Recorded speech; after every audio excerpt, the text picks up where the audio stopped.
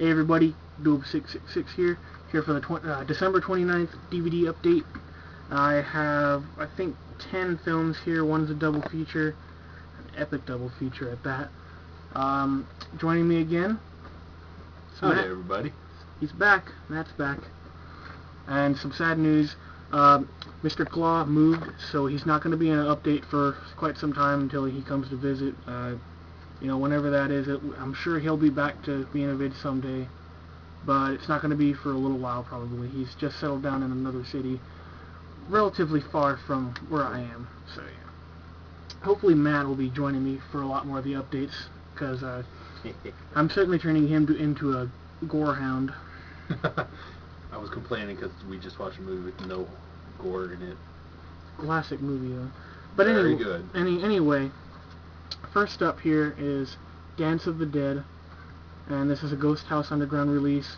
This stars Jared Kuznets, Grayson Chadwick, and Chandler Darby, and Greg Bishop directed this. This is like a throwback to the 80s. Really fun zombie film. Like, it's all basically just total comedy film with zombies killing people. It was a really good gore. The shot where the freaking nuclear power plant is behind the graveyard is classic cheese. Obviously it's CGI'd in there. I thought that was pretty damn funny. It just screams, this movie screams fun. And for that I really give it a 4 out of 5. So if you've not seen Dance of the Dead, go pick it up. It's really damn good. Fun watch. One of the better horror comedy zombie films I've seen in quite a while. I prefer it to Shaun of the Dead by a mile. Next up, though, is Crucible of Terror. This is from the 1970s. I forget what year. I don't even know who directed it. I'm too lazy to look on the back, really, even though I don't know. But anyway, this was actually pretty good. This was very similar to A Puddle of Blood from the 50s. Not in production value, but story-wise, it's about some guy, he kills women, uses them as a medium for his sculptures and stuff. Pretty cool, in my opinion. Like I said, it's very similar to Puddle of Blood. It's pretty predictable till the end. The ending has a cool little twist, and for that I give it a 3.5 out of 5. So yeah, check out Crucible of Terror if you can find that. I found that at a little shop where I get a lot of little knickknacks and stuff, so I don't know where you could find that. But next up is Mutant Chronicles, and Matt over here bought this a while back with 3 other movies here. Actually, he bought Dance of the Dead as well, and then 2 other movies over here. But this was actually pretty well made for the low budget I'm considering it has to have. It wasn't much of a horror film, more of an action, but what I liked about it was that even though the gore was mostly CGI, it was pretty well done in my opinion, and it was a violent-ass film with, cool... I'm not much of an action fan, but this did it right in my opinion. This was one hell of a movie. I found this at Walgreens. This has got the little previously enjoyed sticker that I peeled off and decided to keep. I don't know why I do that, but I think it's kind of funny. Hobby besides a hobby. Yeah, and so yeah, Mutant Chronicles. This was actually a pretty fun watch. Check that out. And also the next 2 films, they both have stupid little previously enjoyed stickers. There's that one. And this stars DMX. I don't even know who DMX is really, but this is Carnivorous. It's a giant snake movie with very, very bad CGI. I thought this was actually fucking terrible. Don't watch this. I mean, if you really want to see it, go pick it up. But it's terrible. Don't. Especially you, Dan. I know you're good at picking up all these damn previously enjoyed things from Walmart, so stay away from this one. This is actually pretty terrible. But the next one, like I said, has a little sticker. Kept it right there. This is Windshield, starring Emily Blunt. This was pretty damn cool. It was disturbing, it was creepy at parts. A pretty damn good performance from Emily Blunt, who I'd not known until now. Really, I may have seen her in other things that I forgot. But this was actually a pretty good film for being a previously enjoyed kind of $5 bin thing at Walgreens. So this is definitely worth the money. I mean, just go check it out. It's actually a fun watch. Next up is a mockbuster from the infamous The Asylum. They make all that bullshit movies under very familiar titles to cash in on hype. And Matt saw this one. This is a Paranormal Entity. And you want to go ahead and give your opinion? Yeah, it was kind of similar to the the Paranormal Activity. They basically did the same thing, their own thing, recording and stuff like that. But you'd have to see it. Despite it being a knockoff, it's pretty decently written and stuff like that. It has a pretty good scare factor in it. And other than that, I kind of enjoyed it for being a knockoff. And there was some nice boobies. Very nice. I am such a perv.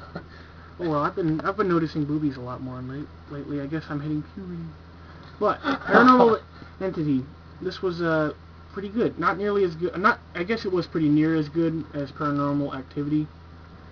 But it being a mockbuster with having a company behind it, whilst Paranormal Activity was a college film and had no company behind it, this is a pretty pathetic effort at a mockbuster.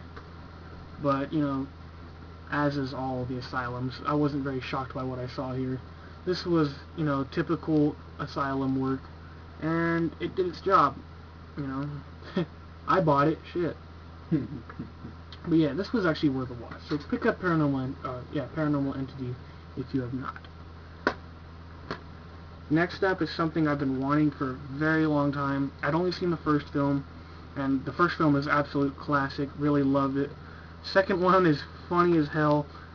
I have the other three after it. I'm going to do a franchise review for this afterwards sometime. And it's a double feature, Silent Night, Deadly Night, and Silent Night, Deadly Night Part 2. This was great. The first one, an absolute classic in the slasher genre. I don't see exactly why it was banned, but regardless, it was still a very good slasher film. Had some cool gore. Not like the most amazing gore in the world, but this was actually a very good film. Stupid-ass PTA cut it to shit. So even this pressing of the DVD, when like the cutscenes come in, because this is all uncut, when the cutscenes come in, they're all ravaged, and you can tell how the quality has changed. And then it'll cut right back to the good quality.